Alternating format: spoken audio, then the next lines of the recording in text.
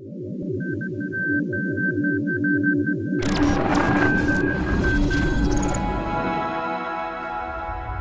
right, what is up, everyone? We are here on another Monday night. My hair is red. The book is Light of the Jedi. Your name is name here.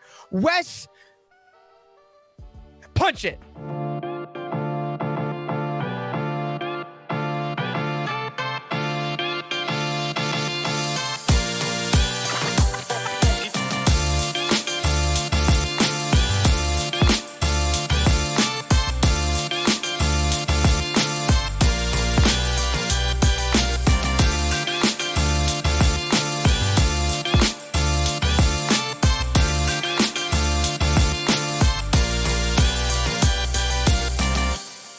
Here we go.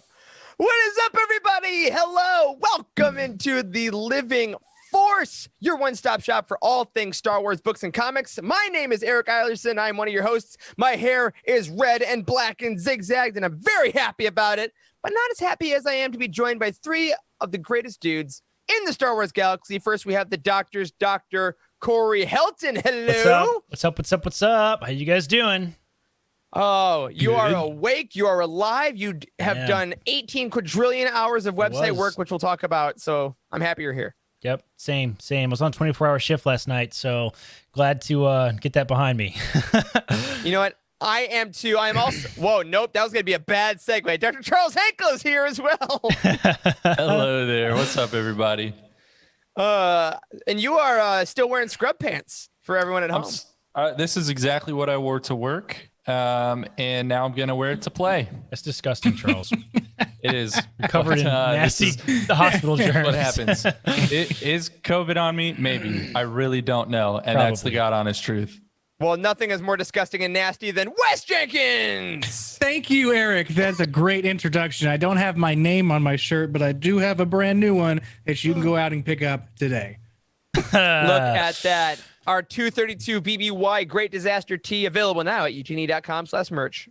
Absolutely. Well, everyone, we are so happy to have you here. We're happy to see you all in the chat. And of course, everyone listening and viewing later. Hi. Hope you're having a good week. We are here to talk about Light of the Jedi in part 2 of our roundtable. But before we get to that, a couple things we want to highlight. If you are watching on YouTube, you may be amongst a lot of friends because y'all, this week, we hit 1,000 subscribers on YouTube. Woo. I wish I had incredible. Wish I had my air horn ready to go. Bow, bow, bow, bow. That's probably much better than your air horn. There you go. It's 100% better. A little peek behind the scenes. Our video team had a lot of goals this past year, and a lot of us have goals this year as to where we want the company to go as a whole. And one of our goals was to get 500 YouTube subscribers by the end of December. Less than 2 months later, that number has doubled. So in all seriousness, number one, shout out to our immaculate video team For real. For all the stuff they're creating, all the stuff they're pushing out there, all the edits that go on this very show to make it possible for you all to watch live later on. It is a mammoth amount of work. So we love you guys. And also to all of you who are watching and commenting and liking and sharing and all the typical YouTube stuff. It is seriously making a difference. And I'm not even going to make a prediction on where our YouTube channel goes from here because I think I'm just going to undershoot. Up. It's going up. Stonks. Youtini YouTube is stonks, everybody. Stonks. Oh, my God. Speaking of YouTube, though, I want to throw this over to Wes because, Wes, as you know, our 100th episode of The Living Force is coming up, and we're going to make a change to our format of our show that we're going to start talking about this week and next week. Why don't you tell the great people what we're going to switch up for episode 100? Yes. So starting, we'll say episode 100. We're at episode 98 right now. So in 2 episodes, we'll be moving the live show from Twitch to YouTube. A lot of our content lives on YouTube. We had our video creation team put a lot of work into our videos. We have a lot of subscribers there. Lots of views. We figured that if you put that all in one, then it's more convenient for the viewer. You can see whenever we're live if you're searching for any of our Star Wars content or any of our reviews. So I think it's going to be very helpful for people to see who we are and what we're about. Absolutely. So, and for those of you that watch here on Twitch, we love you. We hope you're going to follow us there. Nothing about the show format is going to change as far as like the content is going to be the same. We're just pushing out the video signal to YouTube. It's a like Wes was saying, it's a nice startup indie site. I think they got a good, powerful future. So hopefully, if you've been just listening or watching later because either you don't have Twitch, I know Twitch isn't native to a lot of streaming apps and things like that. So hopefully this will make things easier. And now, Corey, speaking of things that will be easier, I didn't make the joke earlier, but you have been putting just a metric ton of hours into website redesign. And tell the people what Youtini might look like here in the beginning of 2021. Yeah, absolutely. So we have not done a major site redesign in 2 years. It was before I started residency. It was the last time we did any major work on the website, and that was when we changed.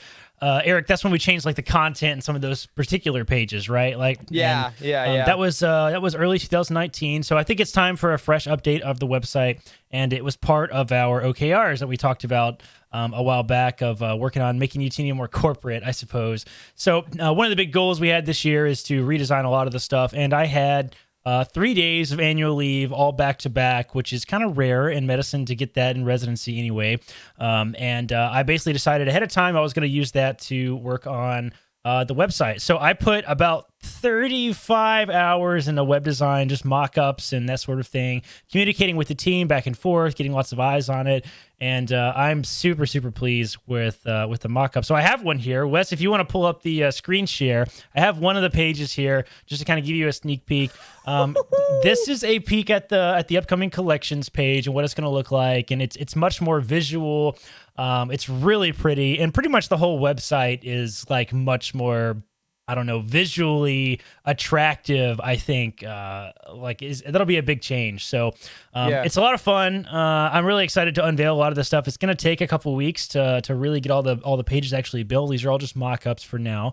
But we'll be sure to keep you guys in the loop of the big changes coming to the website. It's going to be much easier to find things, much easier to navigate. The timeline, man, I should have showed the timeline. I think I want to save that one for later. The timeline is getting a complete redesign, and that looks absolutely sexy as hell, and I can't wait to show that.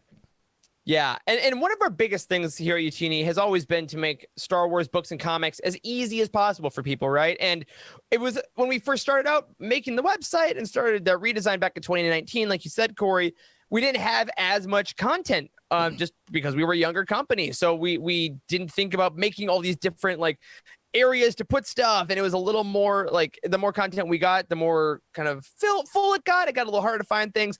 So now when you go to Youtini, you're going to be able to find things easier, you're going to be able to share things easier, and Star Wars books and comics are going to be so much simpler to understand than they ever have been. And just keep your eyes open, and of course we'll keep you up to date on this very show for when everything is rolling out, including one new thing that just got started in beta today for our staff and some of our patrons. Now, Corey, what was that? Yeah, so you guys may have noticed that we took the bookshelf offline of the website recently, and we haven't been super open about this because honestly we weren't super sure of what our timeline was going to look like on building a new piece of software. And Emma on our team, one of our lead video that's right. Bow, bow, bow. One of the lead video hosts. You guys know Emma well.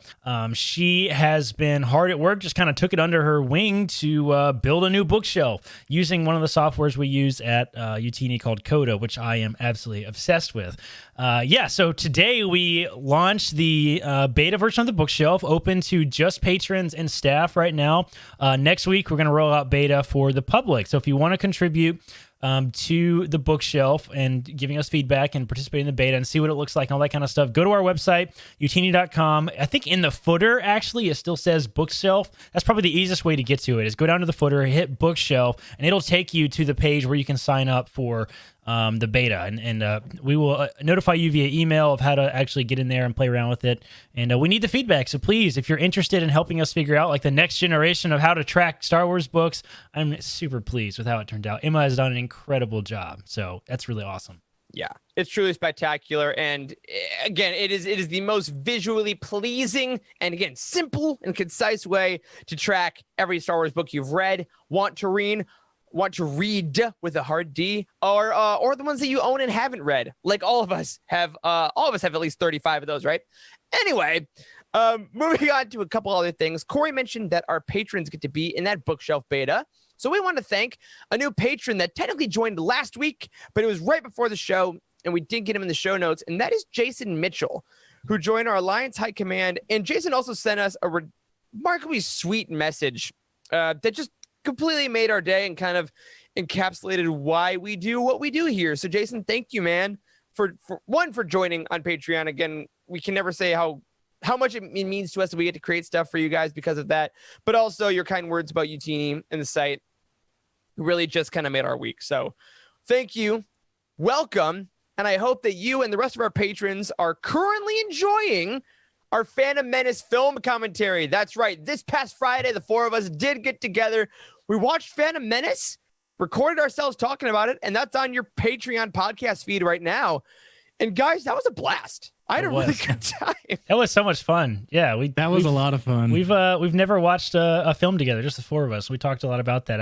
And all of us noticed something new. That was pretty exciting. Like we all got a new perspective, which is phenomenal. We've all seen the movie probably 50 times, at least. Right. So that was cool.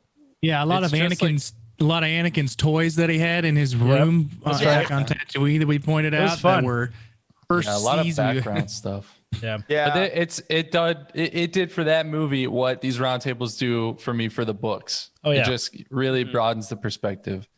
Yeah. Absolutely.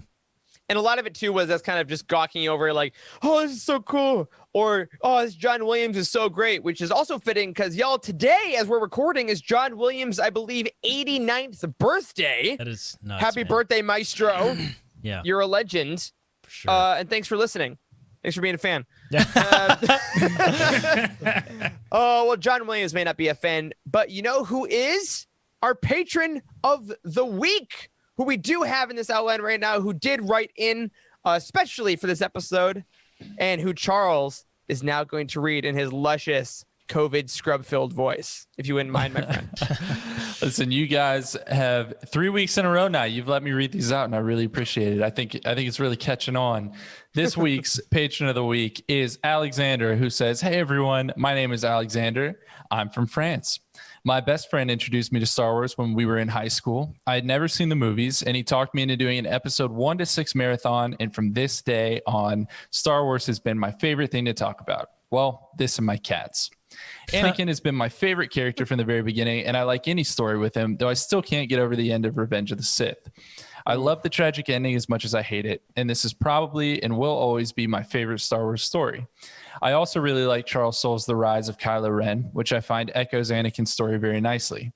I found Youtini not long after starting to watch the Clone Wars, wandering the internet, looking for a timeline with all the canon books, and I quickly joined the server afterwards. I subscribed to the Patreon because I was very interested in the Star Wars Archives podcast with Jose and Trev, and also because Jose told us he would saw a boat in half. I missed that story. Since then, I do my best to listen. Since then, I do my best to listen to every podcast and join the live streams, even though it's in the middle of the night for me.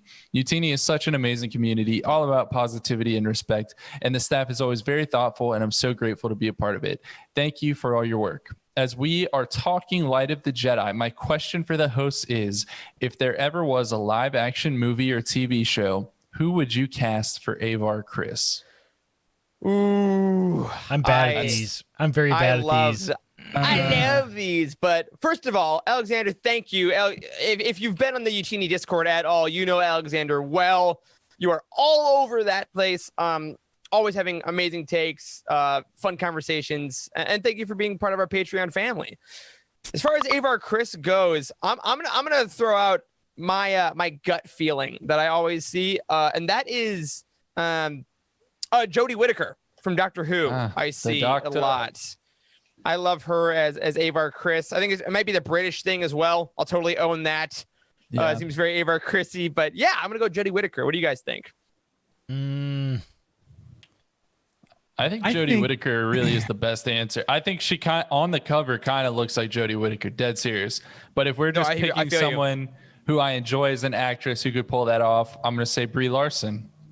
Also yeah. great. Damn it. That's what I was going to choose, Charles. Yeah, Brie Larson might also be fun. I would love to see her in a Star Wars film. That was the one I was going to choose. What about Sarah? Is it Chalk? CHALKE from Scrubs. Yeah, from heck Roseanne yeah, from hell yeah. Scrubs. It looks just All like right. her.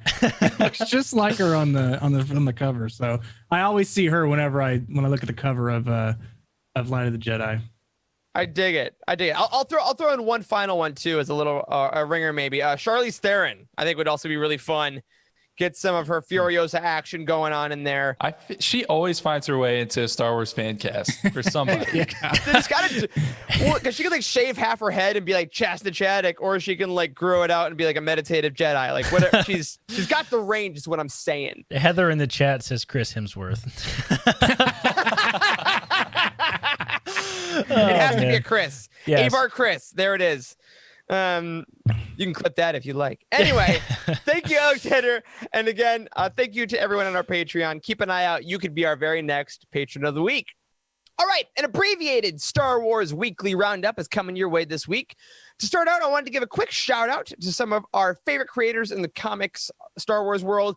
Kevin Scott and Daniel Jose Older both had High Republic comics come out this past week, as well as Charles Soule's Star Wars mainline. We got the High Republic #2 and the High Republic Adventures #1. Did you guys check this one out yet? Did you guys check out High Republic Adventures specifically? I have not. I've been I off haven't had a chance. I have been off the physical comic train for a while now. Oh, it is solidly good. I am on the Comixology subscription myself. But to everyone that hasn't maybe read the Star Wars Adventures comics lately, because they are geared towards a slightly younger audience, highly recommend checking out High Republic Adventures #1 because, I mean, it's more High Republic content. Need we say more? But Daniel Jose Older did a great job writing some awesome new Jedi characters. There's a cool parallel storytelling technique that I won't spoil if you haven't read it. And the art is seriously great. Some of the younger books can sometimes suffer from artists that aren't necessarily to like the stylistic choices of older readers. But this book, the line work is great. The colors are vibrant. You got the Nihil coming in, and a certain character that we're talking about later might make an appearance at some point in the comic. So I don't know how far, as far as physical issues, if they're still sold out, but digitally, you can always head to Comixology, grab Star Wars High Republic Adventures #1. And of course, that Kevin Scott, that comic continues to be phenomenal because he's real good at Star Wars. And additionally, I wanted to make a big announcement today on our weekly roundup because we had our We Art All the Republic contest this past week. It was amazing. Y'all sent in some incredible pieces of High Republic artwork, and we did feature the top 3. So Corey/Wes, whoever's pressing buttons and doing stuff, if you could put up our 3 finalists for our We Art All the Republic giveaway, we had the following. Yes. #1, who'd we have? Here, let's swap it over here to the Let's screen do share. it. Here's the first one. There we go. Our first one was Imri and Vern from A Test of Courage by Sky 8273909 was one of our finalists. Loved that. Here's the next one. Oh, Stellan Geos and Avar Chris by Coffee Darlin', which is how I want to greet everyone in the South for the rest of my life. Coffee Okay, we'll allow it. Coffee Darlin'? Great. Excellent. I can't wait to get more Stellan. I'm so excited for him. And of course, Light of My Life, Load and Great Storm by Yalaki Art, something like that. But our winner was this one. boom, Load and Great Storm himself. This blew me away that this was Yes. a fan art contribution. This is incredible. This looks like it could be Beautiful. on the cover of a book, like for Yes. real. Yes. Phenomenal. This is very, very well done. I mean, look at the Yeah. shading and all the shadows in it. Just Yeah. that alone. Just Yes. incredible stuff. I know And- things and I about gotta- art. Look at the lines and the colors. right. Yes. Artwork. composition and such. Yes. Right. Silhouette. Lighting. Lighting is a word. Well, I will say our Twitter, the official Twitter account of Youtini will be in contact soon. We'll get your shipping information because we're going to send you that prize pack, including the special edition book, the shirt, the socks, of course, the socks, and the pin for Light of the Jedi. And everyone, keep your eyes out because, oh my God, are we going to do more fan art stuff in the future? We have to. This was too Absolutely. much fun. So congratulations to everyone that submitted pieces. And I hope that all of y'all got some good phone backgrounds too. Go to our Twitter. They're all still up there. Grab them, put them on your phone, Follow these artists, and y'all keep drawing Star Wars art. We absolutely love it. All right, last piece of news for our weekly roundup we're going to go through real quick before we talk about some merch and talk more about Marchion Ro. Yeah, get ready. It's coming. With some news out of Del Rey this week that, guys, we got to say goodbye to an old friend, to someone that's been there through the highs and the lows, someone that got us through middle school, high school, that got beat up a bit but always came fighting back. That's the mass market paperback, everybody. Hello, darkness, my old friends. Del Rey announced that the traditional mass market paperback is no more going forward with Star Wars canon novels. What did you guys think about this? This kind of came out of nowhere. It is very interesting. We talked about it before the show. What's the new size? The new size is what? The trade paperback. So like your more traditional full-size paperback book. They didn't put exact inches up, but it's going to be Del Rey, once they get more stock in of paperbacks, they're going to put up visual comparisons on their Twitter.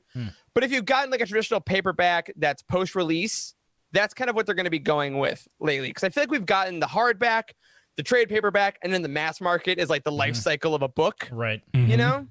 Like any Legends book you get now is going to be mass market, which are the small ones. We have a picture. Why don't we just show the ding picture? Yeah, let's show. Yes. So this is a picture from our own Meg Dowell with all the different sizes of Star Wars books. So the mass market paperbacks are the two on the far right, right? Like there's the Legends mass market and then the canon mass market, right? I believe yeah. Isn't that correct? I think so. Sorry, taking a drink. I think so. I think the one on the far right is the mass market for sure. That's like all books eventually go there. So unfortunately, at least in Legends have the canon books have been in the taller version. So yes. Yeah. Although I know we do have some people. We do have some friends on the team, like Trev, I think was getting rid of all his hardcovers to go completely mass market, and now that's going to be impossible. Oh my God. What a nightmare. Oh my God. That's ridiculous. And correct me if I'm wrong, didn't Jared make shelves specifically so they would hold mass market paperbacks? I'm pretty sure he did, which is very unfortunate, which is why don't be obsessive with that type of thing because it will bite you. I think I'm pretty sure the new size is closer to Rebel Rising if it's not the new size. The young adult books come in paperback, which have all new covers, sick covers, by the way. That is a gorgeous cover. Seriously. Oh, I love it. And then the Kenobi book you're seeing there, that's a normal hardcover. So it's somewhere, I don't know the exact size. We measured them and looked at them, and we had this huge discussion / argument about it in Slack. But I think the new size is either equal to or very close to the young adult paperback size, which is fine. I mean, what do you guys think? I like it. They're sturdier. They're made for more wear and tear. Like the mass markets are great for like throwing in a backpack and taking with you. Let's be clear. But as far as like putting on the shelf, I like the respect of the full size paperback. Also, I just want to shout out Meg on our team who put that photo up for flexing that you got a Kenobi hardcover. We get it. Word. At the end of the day, it's Star Wars books, and who cares? There was like negative stuff on Twitter because, of course, like people are gonna argue about what the best size paperback. Who gives a crap for crying out loud? Why do you hate Legends? Oh my God! What does that have to do with it? Anyway, stop it. Just stop. Who cares? Heads up, if you're building bookshelves, be aware, mass market paperback, you did us great. And also, if you're interested, the Star Wars Del Rey Twitter went into a little bit of how like the publishing industry as a whole is going that way. And there's always like fun publishing facts up there if you so choose. All right. That's enough news. That's enough talk. That's enough updates. You're here for one thing and one thing only, and it's my new hair. And if you were here for a second thing, it would be Light of the Jedi. So let's hit y'all with a merch ad about Jose's latest and greatest work, and then we're going to throw it to Charles and talk more about Light of the Jedi.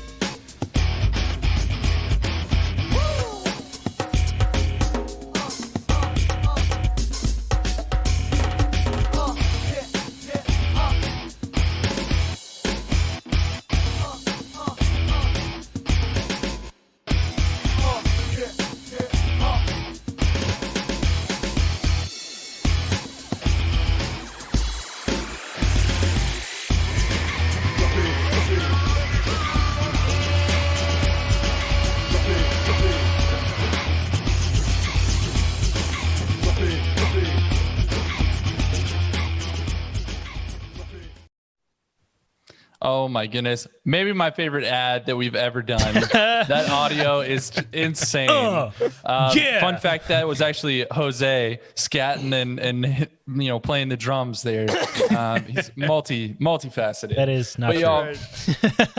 y'all, after you go get your shirt from Youtini.com, we have some discussion to do. We have part 2 of the Light of the Jedi Roundtable, part 2 of 3, I might add, our very first 3-part roundtable. And we're going to have to pick up this week where we left off last week. And that is with none other than Marchion Ro. And Excellent. I was waiting for you. I was waiting for you. Bring it on. Excited. Talk. Oh, you're making my skin crawl, bro. I don't like it. Oh. Have you been practicing, honestly, in the mirror? Every morning. Absolutely. Okay, I figured. Yeah. I figured. I just say it 3 times and then see if he appears.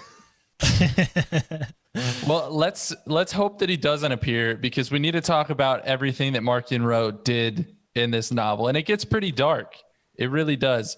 Towards the end of the novel, we see that Marchion Ro's kind of been plotting everything the whole time, things that we didn't even necessarily realize he was meaning to happen. He apparently had been planning the entire time.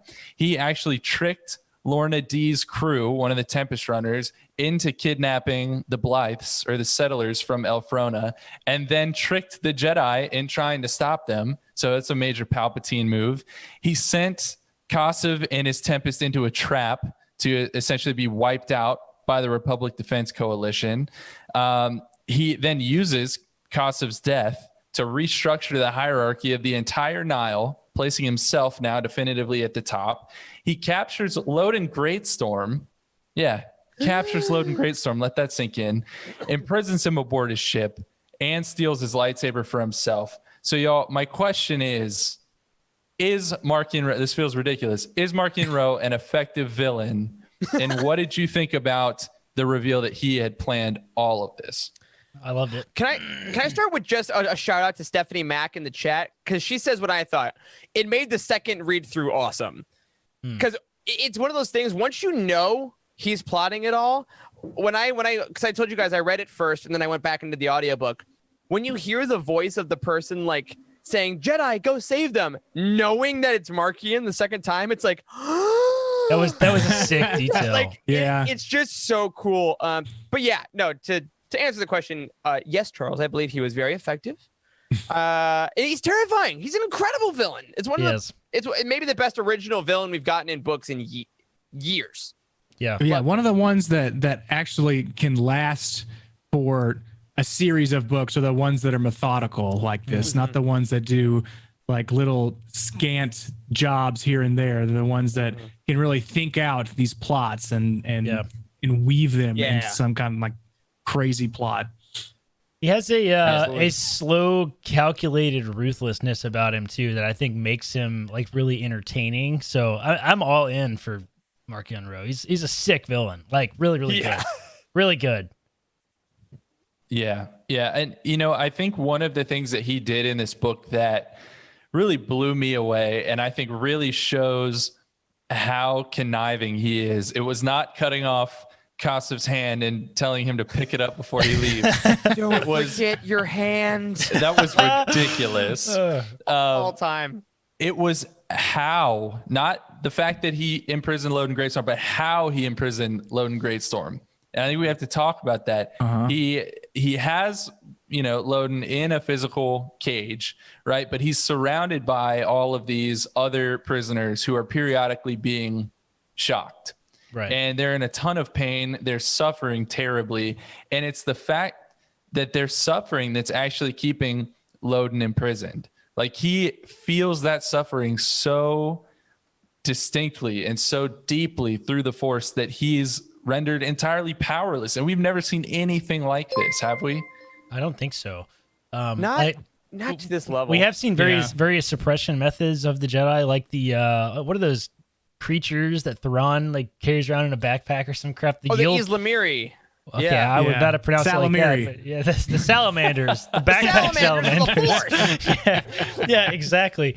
I don't really know what they were. I always picture them as plants in the books, but I guess they're not. I think they're like lizards or some shit. I don't know. Iguanas. There it is. There it is. Backpack iguanas. Yeah, basically that, right? But yeah, the idea that like you're sort of suppress the Jedi's powers by like surrounding him with the dark side is very interesting. I mean, that's how I interpret it. What did you guys think? Is it the dark side? Is that what it is? I mean, I think it's kind of like when we saw from the beginning in New Hope when Alderaan gets destroyed, Obi-Wan literally feels and has to sit down because it hits him so hard. When during Order 66, Yoda drops his cane. You know, like that's true. When you're around that kind of pain, the Force and you're tuned into the Force like that, it just hits you. And I think Soule does a masterful job throughout the book, obviously seeding in how connected all the Jedi are to the Force, and that gives them their strength.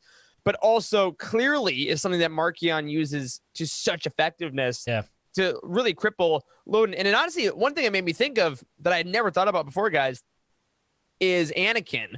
When Anakin turns into Vader, right, in episode 3, and he kills the Jedi and slaughters the younglings, he still has to be tuned into the Force enough that he feels all that suffering like a Jedi, but he has to then block it out, or else like that. Like how horrific would it be to be going from the light to the dark side if Loden can barely move because of a couple people being shocked? Yeah, you know, like just the pain in the Force, I think, is something that we don't talk about a whole lot. Even though it was seeded in those first movies, and Soule did it brilliantly through Marchion and Loden. Yeah, it's almost like it's a drug. Like he's being drugged by this pain that's being flushed through him, so he can't think. He can't think properly. He can't think clearly. He has all this pain and these feelings going through him that makes him not be able to think about how the hell he's going to get out of the prison. You know, he's always just feeling loathsome. And it's a genius by Marchion as well, because he's not physically hurting Loden. Like when he needs whatever he needs Loden for, which is still fascinating, because like I don't know. I think that's the fun cliffhanger, right? He'll still keep him in physically okay shape. He's not killing him, but he is neutering his abilities. And I'm like, oh God, Marchion has such a fundamental understanding of the Jedi to be able to pull that off. Ugh. It chills the spine. I'm gonna use that in my everyday speech. You're neutering my abilities in your use that in an email. Put that in an email. But the same thought. Put that in an email. Oh my God. Oh man. Yeah, you know, I think I had to. We have to talk about the method of the torture too. Is absolutely like horrifying, right? Like, and I love that the book, like in his little monologue, just totally blew past who these people even are in these cages. It's like, oh yeah, we just picked them off somewhere out in the Outer Rim, whatever. Who cares what they are? The point is they serve a purpose, and it's like, dude, that is dark as hell. Like this whole area of this ship is designed for this very purpose. Like, whoa, come on. Like, you need living bodies to perform this one thing, right? And like Jedi. During the monologue that he was explaining like the plan and stuff, it was like talking about like a scream would interrupt him, and I was like, dude, this is very scary. Like, not good. It's so sad. I mean, I am a sucker for a villain that has such a singular focus. Like Marchion's ship, his mission, his rise through the Nile, his dealing with Murray Santaka are all about taking down the Jedi. And you find that out at the end, and you're like his ability to take every part of his evil life and put them all into a singular focus like that is just really freaking. It's just cool. It's just cool. Yeah. I agree. And I think it's really interesting that Loden is imprisoned by these random people, just like you're saying, Corey. They're just, to use Mace Windu's favorite word, they're just citizens. They're just citizens. But it's the Jedi's job, especially during this time period, to take on the suffering of anyone who has it, right? Like it's their job to go and try to fix that. But it's really cool to see it not just be the suffering of a situation. Like he's physically feeling the suffering. He's literally taking on their suffering. I think that's really incredible. And you also said something cool. You were talking about like why is Marchion doing this? What is his history that he has such a vendetta against the Jedi? And there are a couple of quotes that I really wanted to bring up because this is still a mystery. We don't have these answers, and we might not for some time, but there's some really interesting little points that were made in the last few pages. On page 350, Marchion Ro says, "I never told you much about my family, and I doubt I ever will, but I came from something I wanted to escape. This ship was part of it, actually, until it all went bad. My father and I both got out. We worked hard and we had a plan for the paths, for the Nile, for all sorts of things. It was always going to be like this since the day I was born. I thought I escaped. I didn't, though. Not really." So that's incredible. And then one more quote from page 361. He says, "None of them had ever seen his face before. It didn't matter that they did now. None of them knew who he was. He wasn't Marchion Ro either. His name was, it didn't matter. Where he came from was gone, other than the lessons it had taught him and few tools he had stolen from it when he left." So there's a huge story to unpack here, but what do y'all think about these little first tantalizing details? And do you have any thoughts, any projections? Yes. Who is Marchion Ro? Yeah, that's the word, right? I know, Tantalizing. right? Yeah. Tantalizing. I really love that, like, this villain is being established in a way that is not being answered immediately, right? Like, it's very clear, like, he's got a big role in, like, the big picture, and I assume we're going to get his origin story in later books, which just really puts value. What? Ross says he's a Palpatine. Oh, chill. I saw that and I tried to cover my mouth so I didn't blurt it. Oh my God, Ross, get monologue. the hell out of here.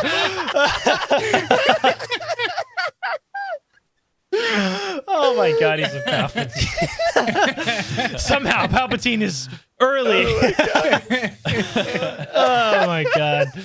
That's hilarious. I love that we're like setting him up to get his origin story in a later story. Like it really puts into perspective how large of a villain he is. He's like Thanos, right? It took us movies upon movies to find out who Thanos was in the Marvel Cinematic Universe. So Right. Like, I love that. I love build up, and I think that is that sort of build up and big picture stuff is kind of missing from canon a little bit. Legends was really good at these 9-book series that took 9 books to really find out what the villain was about, and that was awesome. That's what hooked me into Star Wars, is reading these. It makes the universe feel enormous when like plot points take forever to get around to. So I love it.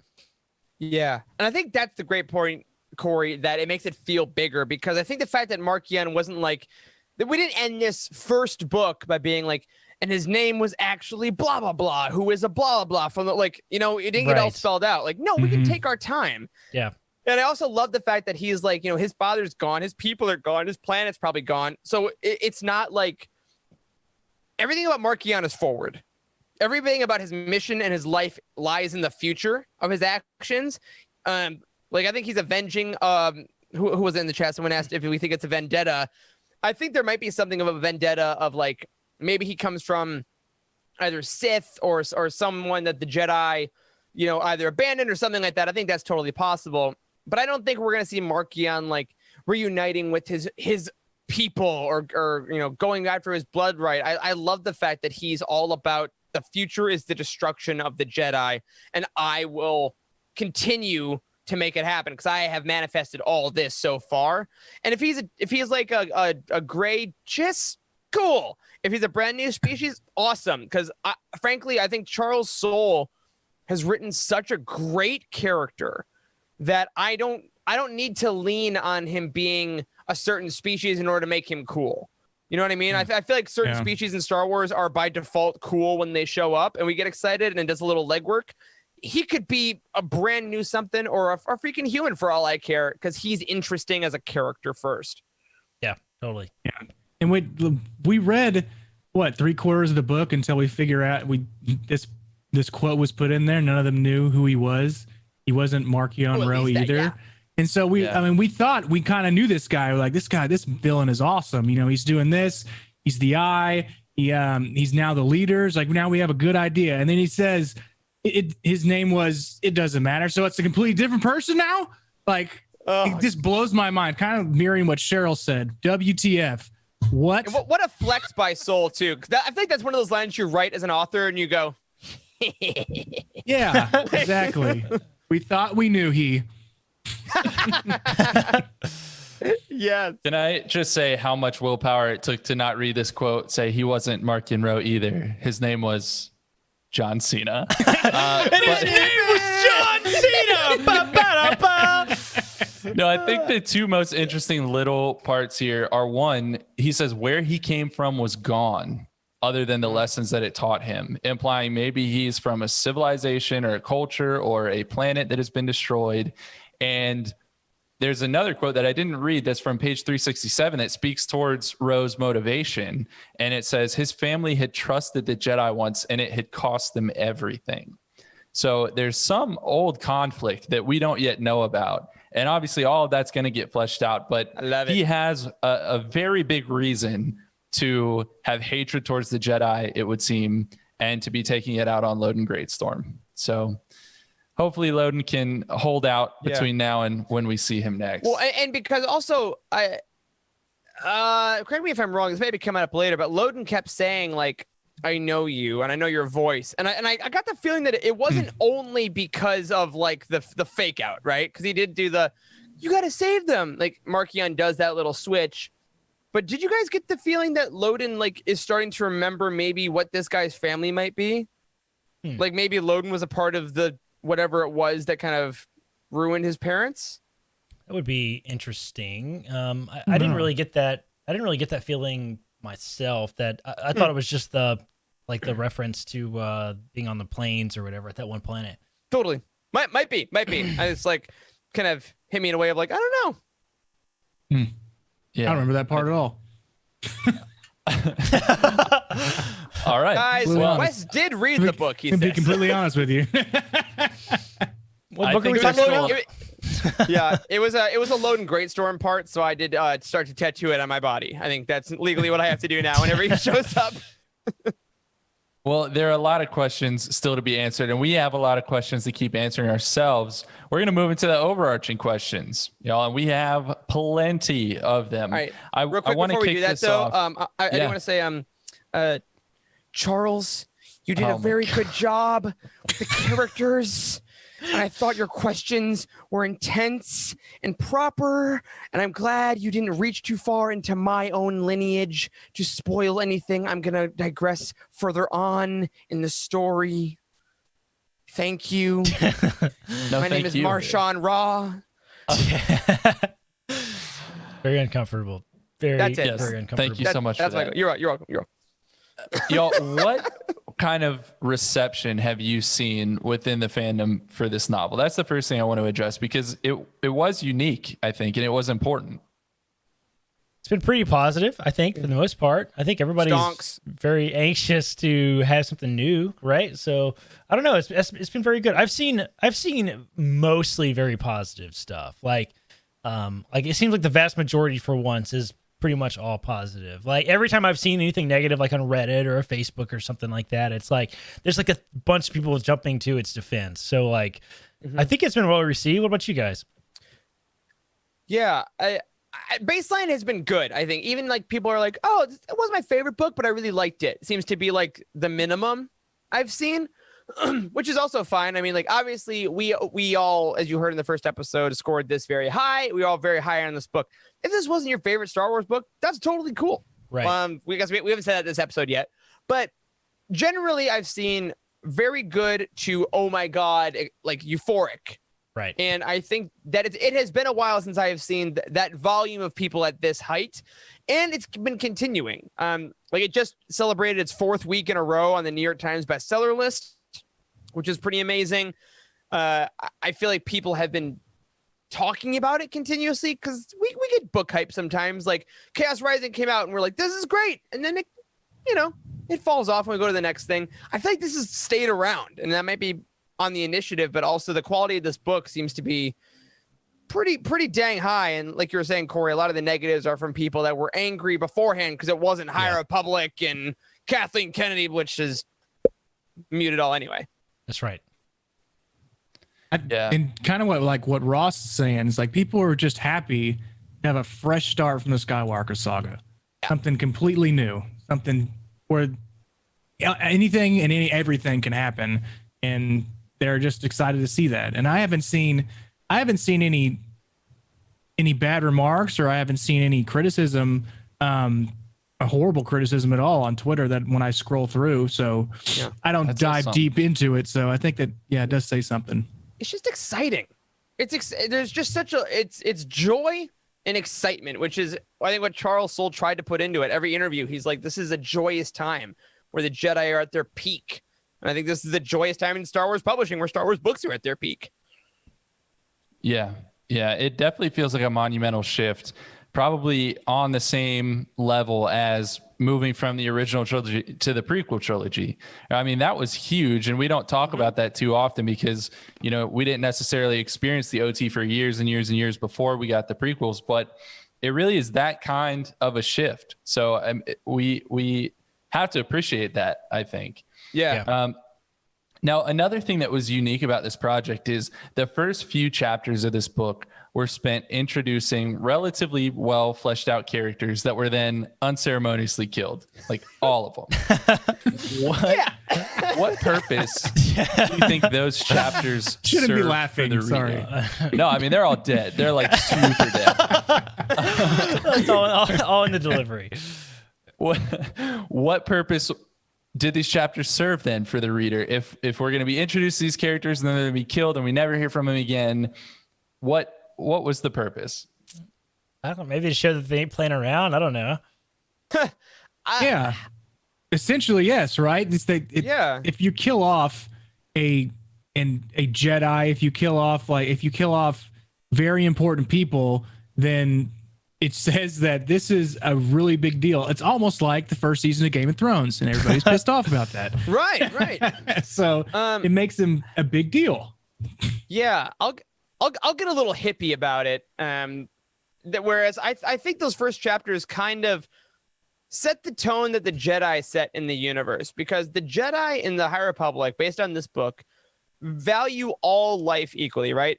Like Loden is like, I will save this random citizen on Elfrona just as quickly as I'll save my own Padawan, or as I'll it doesn't matter, right? Who you are worthy of respect, and you are a light in the Force, period. And I think that's the way Charles Soule treated his characters. Like Lena Haddock deserved as much backstory and as much respect in her one chapter as Bel Zettifar deserved in his entire book, and I think that is something that we don't think about a lot when it comes to writing, because obviously the main characters are going to get the flesh out and they're going to get the extra stuff, and that's great.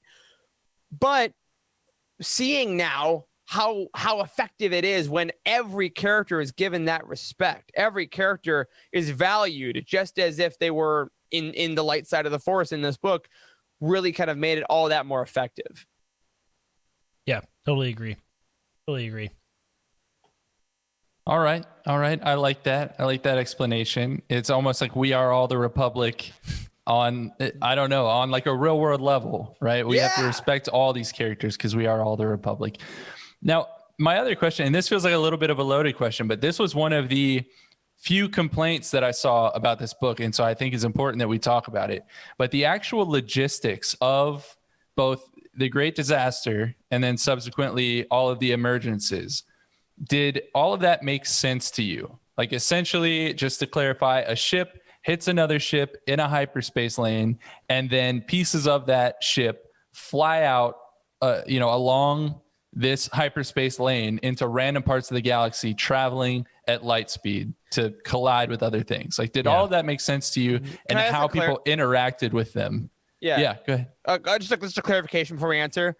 Was that before the space alien wizard took his lightsaber and put it in a shoulder-mounted gun on a horse made of magnetic hooves? I think so. Yes, this was before. Okay, cool. Just making sure. Like, no, it didn't bother. What do you mean?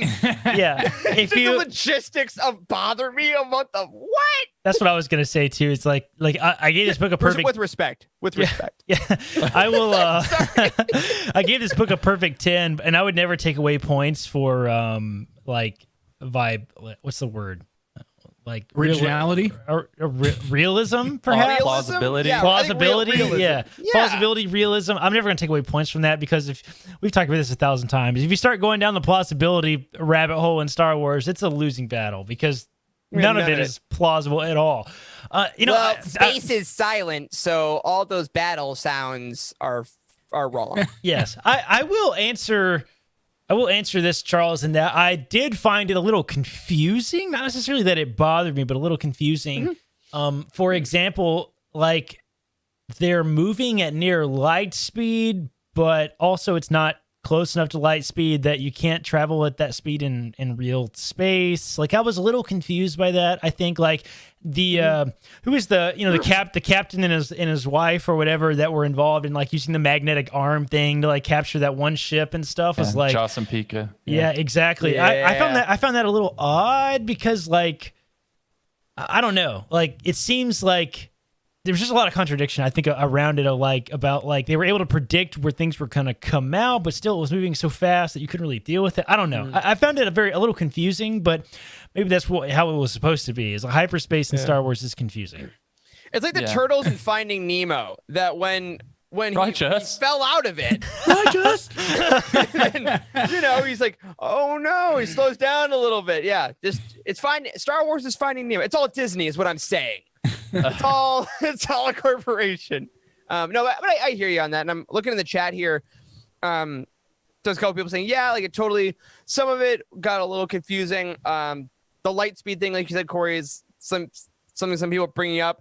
But Ross, of course, brings up one of our original hashtags, manage expectations. That's right. Yeah, that's right. And there it is. I'm totally fine with them. Just from a personal note, I'm totally fine with them using hyperspace to do what they want in Star Wars because hyperspace is ill-defined in Star Wars. It's not like Star Trek where there is like rules for how it works, right? It's much more ill-defined in Star Wars. So I don't care if you want to use hyperspace to blow up planets or blow up Star Destroyers, dude. I don't give a crap. It's awesome and it looks cool on screen and sounds cool and whatever, man. Let's do it. I'm here for the ride. So okay. James says, "What's less realistic in Star Wars, Lightspeed or a man named Kevin?" Yeah. That's a good point. Excellent. Yeah, no, I agree. I think that the speed of the emergences is like kind of the biggest thing. Like how are you thinking about what to do for like 20 pages if this thing was moving at light speed towards a planet? You know what I mean? It was not slow it down by capturing it with a magnetic arm. That I can say that. Like, right. I figured they would try to smash something into it or something. I don't know. Well, and it's kind of like that whole thing in Star Wars is like if you are thinking, if you're reading a Star Wars book and you are like for 20 pages thinking, how fast is it actually going towards that sun, instead of being like all the Jedi in a system are focusing together through the Force towards this one objective and listening to each other. Like, then you're missing the point. Then honestly, this book honestly isn't for you, and that's fine. Like if that is how your brain works, then how do you read or watch any Star Wars? Yeah. You get hooked on that kind of thing. It might not be the thing for you, and that's okay. Yes, angrily. Oh, this sucks. I'm gonna keep watching.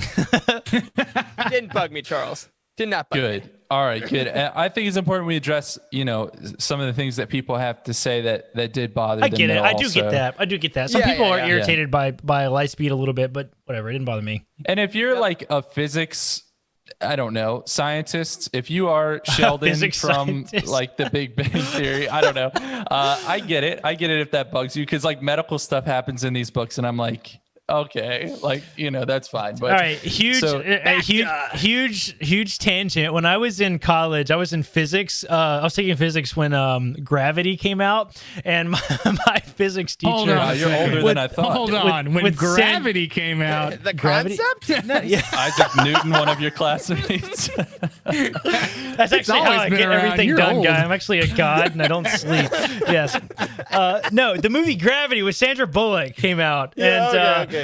My physics teacher was like an astrophysicist, right? So he was all into space and all that sort of stuff. And I remember I asked him what he thought of Gravity because I ran into him at the movie theater, and he was like, "Oh, it's the most implausible physics thing I've ever seen in my life. It's absolutely ridiculous. None of the things are the same level." Like he went on this huge rant.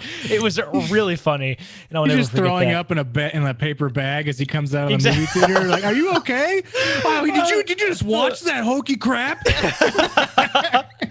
For real though, I always think of that guy every time that somebody asks me about plausibility of space stuff, because I don't understand any of it. It's like the number of people on the planet that do are probably very few. So Yeah. I'm going to use that explanation for the rest of my life. And I'm talking about Sandra Bullock gravity, not Isaac Newton gravity. Oh my God.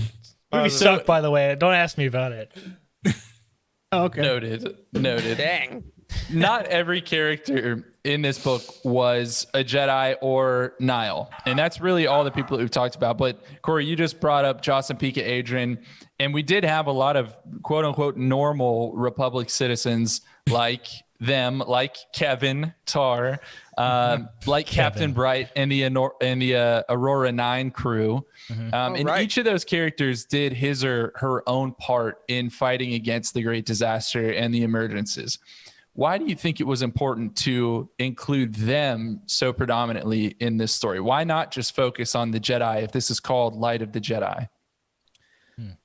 We are all the Republic, right? I mean, I think that's the easy answer, is that this book is so intensely about the entire universe coming together to solve issues.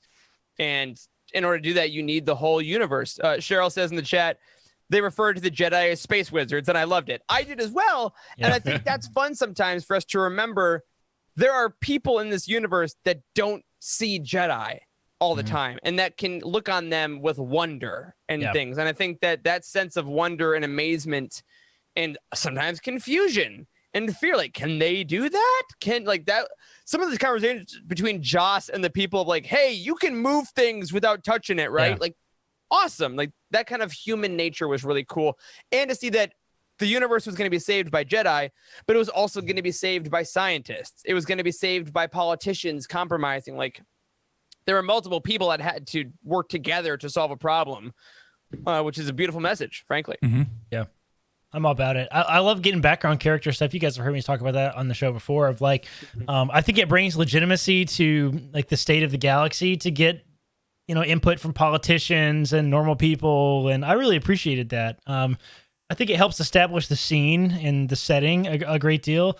Like you said, we are all the Republic, that was brought up by everybody. So it's clear that even though we're in the Outer Rim, that they get it and they're paying attention to the state of the Republic. And that's not really like that in a lot of other Star Wars books, a lot of other Legends stuff, right? I'm talking about the Bane trilogy is like citizens were all just kind of on the standby of the Force users around them. So I'd like to see it. That's true. Yeah. I'm glad you brought that up about Captain Bright and the Aurora 9 crew, because when I read that sequence, it's a straight pull from Armageddon. It's 100% Oh my God, Bruce you're right. Willis saving Ben Affleck's life and telling him to take care of his little girl now. And I was just like, oh. Wow. Wow. Captain Bright. Also, our Nautilin. Nautilin, haven't for seen real. one of those in a hot minute. Yeah, he was great. God, it was Armageddon, wasn't it? Definitely. Armageddon. That's the only thing I thought of whenever that was happening. I was like, he's gonna Armageddon it, isn't he? He's like, yep, he did. Man, I tell you what, Light of the Jedi is Armageddon, because I sure didn't want to miss a thing. That's for sure. I wonder if any of our for you. listeners has bingo on their movie reference card yet with Finding Nemo, Armageddon, Gravity. We'll see what else we can come up with. But I'm glad that you brought up We Are All the Republic. And I want to read y'all a relatively long quote, please excuse me, from page 355. And then I have a prompt for you at the end. But I thought this was one of the most beautiful passages in the entire book. And it says this: the Republic was not one world. It was many, each unique in ways large and small. Solving one problem inevitably caused others. There were intractable cultural, historical, economic, and military conflicts among inhabitants of worlds. There were warlords and agitators and malcontents and other less easy to handle enemies, plagues and strange magical factions on hidden worlds who believed they would conquer the galaxy, and yes, even hyperspace anomalies. But the key was this, and Chancellor Soule believed it to her very soul, and it made it the cornerstone of her entire government. You could not solve those problems individually.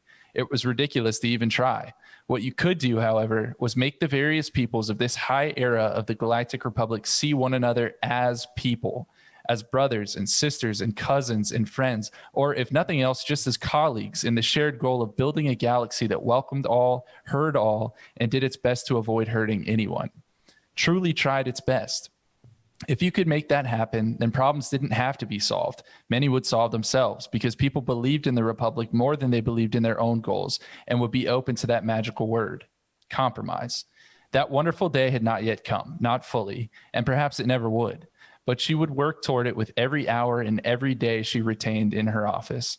All she wanted, truly, was for 5 words to live on past her term, even past her life. We are all the Republic. Now, that literally gives me goosebumps. It's so reading good. that out loud. Yeah, I mean, it's beautiful. incredible. And I'm so glad that you brought this up. And of course, we had to talk about this extensively, but what does the saying, we are all the Republic, really mean? What's at the heart of it? What is the significance in this book, in this time period, in Star Wars as a whole, and maybe in our own lives? Is this even a meta message for us in our own lives?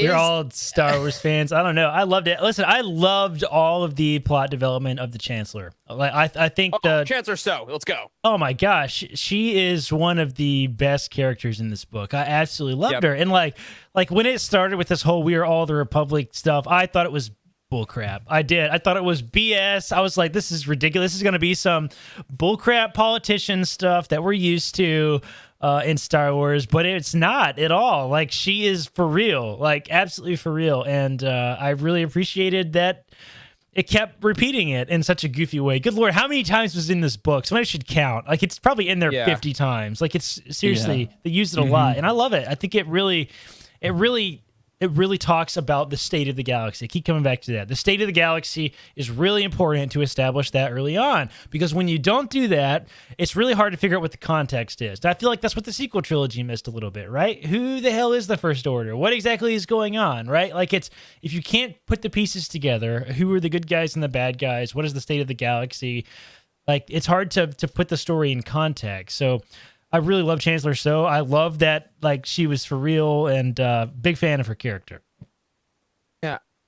I mean, I think that at the core of every fantasy epic is people from all walks of life who disagree coming together to face off against a great evil, right? I mean, Lord of the Rings, you think about like elves and dwarves and Hobbit, and like the Council of Elrond, like it's all of them coming together despite the fact that they disagree and they yell at each other because there's a threat. And they're like, you're still a human. You're my brother. You're my sister. You're like, like he says in the thing, you're my cousin. You're whatever. And I think that this is a beautiful way just to set the rules of this universe. You know, that this is not a universe where everyone is worried that the Jedi are against me and the politicians are against me and the smugglers are against me. The baseline of this universe is we are all together against the forces of evil, which I think is great. I mean, and to your point, Charles, does this at all apply to our modern lives? Yeah, you know, a bit, I would say. I mean, obviously it's inescapable to write anything in a vacuum for any writer. Whatever art you put out as an author or a director or whatever it may be is going to be representative of the time in which you wrote it. So Charles Soule was not in a vacuum the last few years. He is an American writer. So being surrounded by a country and a world that is kind of more pressed on division, is even a fandom that is more pressed on division, why wouldn't you want to write about this amazing universe where everyone works together no matter what? And there is disagreement in this book. There are people saying, this is how we should do it. This is how we should do it. I don't trust it. I need these droids. I don't trust the Santekas, blah, blah, blah. But at the end, they're like, oh, but we're still going to work together. Like, it's assumed because we are all the Republic. And I think making the battle cry of the first book of the biggest fantasy franchise in the world a cry of unity amongst all races, amongst all people, is freaking beautiful at its base and effective and inspiring at the most. So I liked it. I 100% agree. It's almost, I mean, it's written in the quote, right? It's, you can't solve these problems individually. You need help from other people to come together to solve an issue without just being like we talked about last week, is the whole is greater than the sum of its parts. Yeah. I had Jake in the chat brings it up like Jake and Spice are going back and forth about like the Lord of the Rings thing. It reminds us of, Gondor lights the beacons. Rohan comes. We haven't talked like light the Starlight Beacons, which I really enjoy the punnage of that. Like literally you're lighting a beacon. The biggest like end of this book is lighting a beacon to say, we are here to help. What do you need? That's like the climax is now having an aid station. That's different, man. That is a new era. Where was Gondor? Where was Gondor when the beacon fell?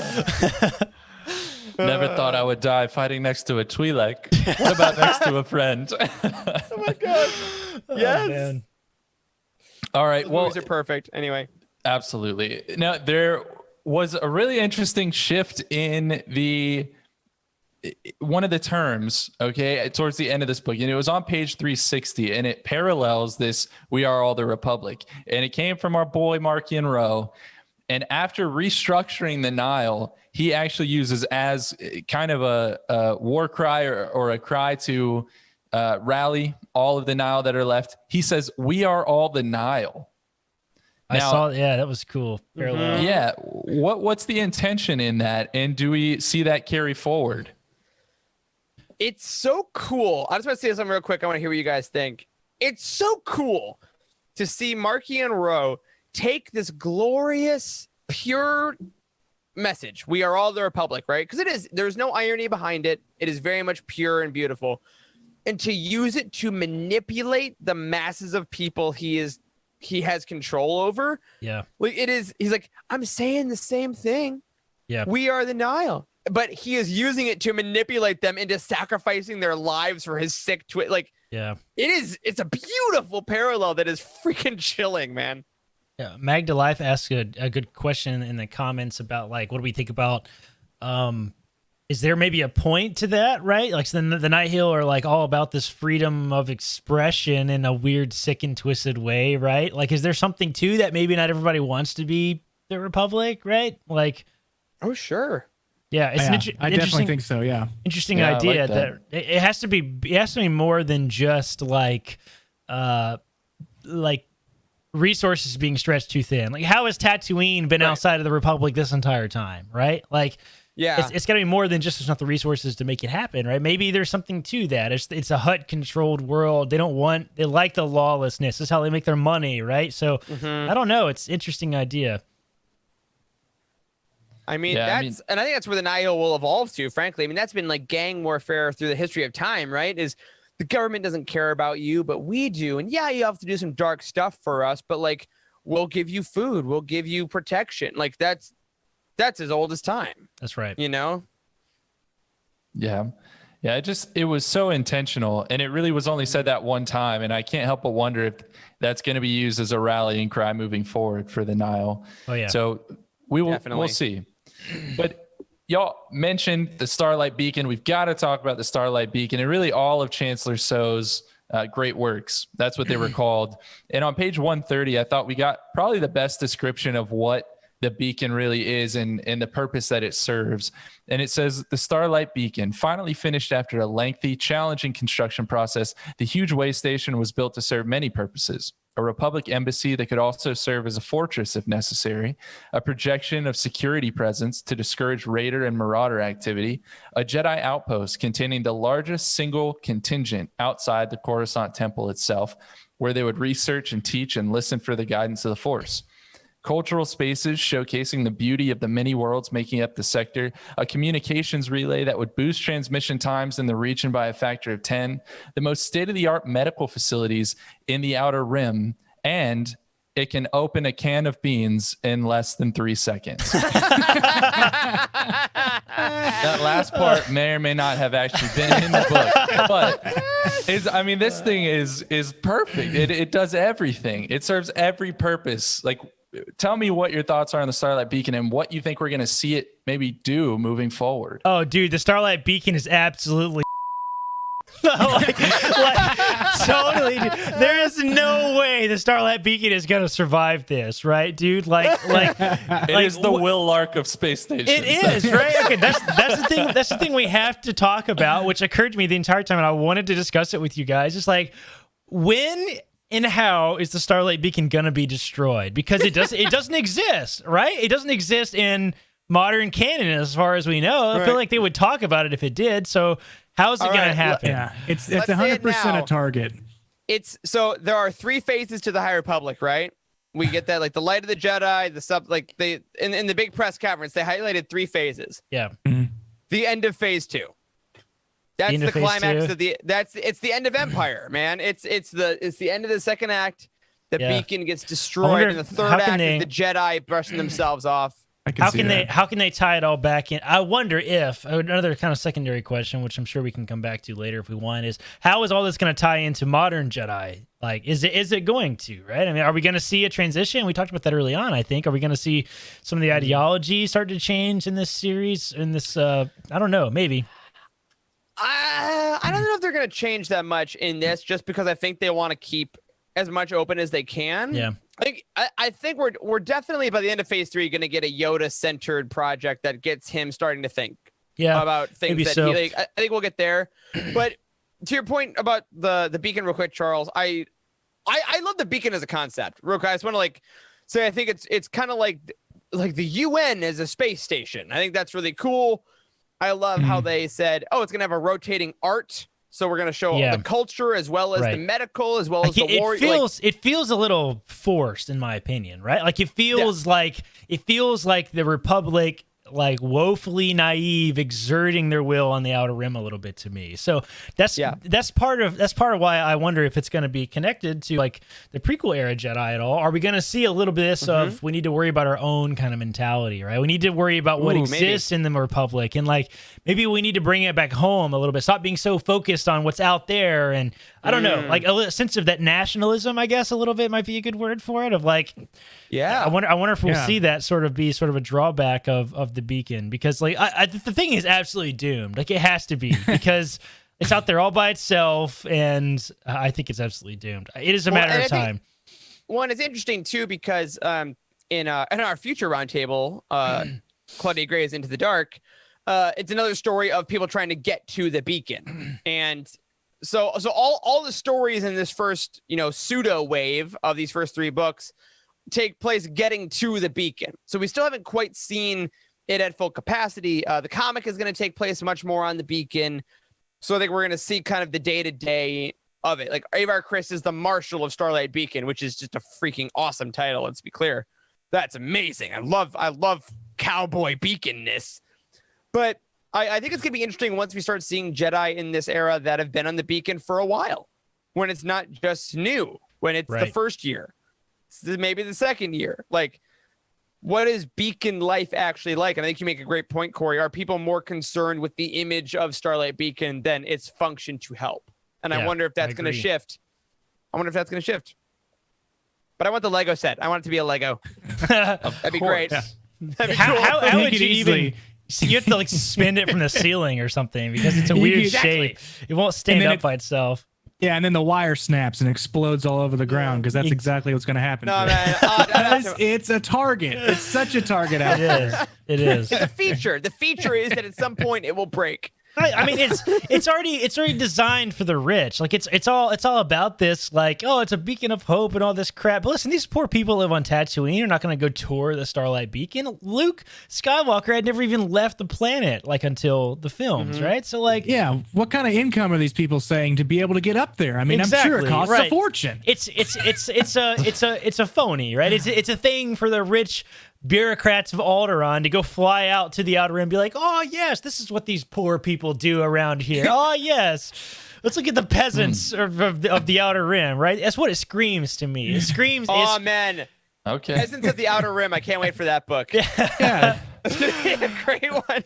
Yeah, totally. I think that's really interesting. Y'all don't maybe think that the Starlight Beacon is that great of a work, even though it's like the headliner of Lena Says Great Works. I think it's supposed to be. I think it's supposed to be.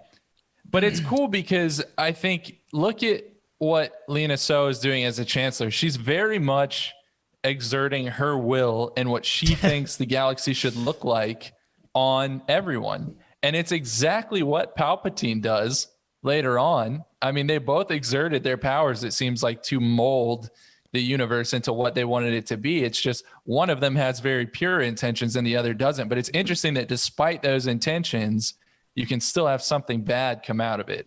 You know like what I'm it sounds like interested- y'all are thinking. Just one last thing on the optimistic note, because we definitely went a certain way there, which is legit. I think that's what's going to happen. I do think that there was something about So's great works that reminded me a lot about FDR and the Depression, right? Yeah, Magdalene brought that up actually earlier. She said she wanted space FDR is what her comment started with. Which is totally it. And I think that this is definitely from a place of like, we're going to build all these great things to help people. And I think there is an element of legacy, right? I mean, God, we talk about legacy with every Star Wars writer. We talk about legacy with every story. Lena So's legacy should be that of great works. Clearly, by the time the prequels happen, either A, they're gone, or B, I mean, in the real world, like, they didn't know Lena So existed, so they didn't talk about her. Duh. But I think there could be interesting ways to talk about why aren't these great works, like the great like the pyramids and the wonders of the world. Like, what happens to these great works? Why aren't they everywhere? That'll be a really fun story. Yeah. I think you're absolutely right. We're going to have more of Lena So's great works to talk about, her relationship with the Jedi and the Republic in general.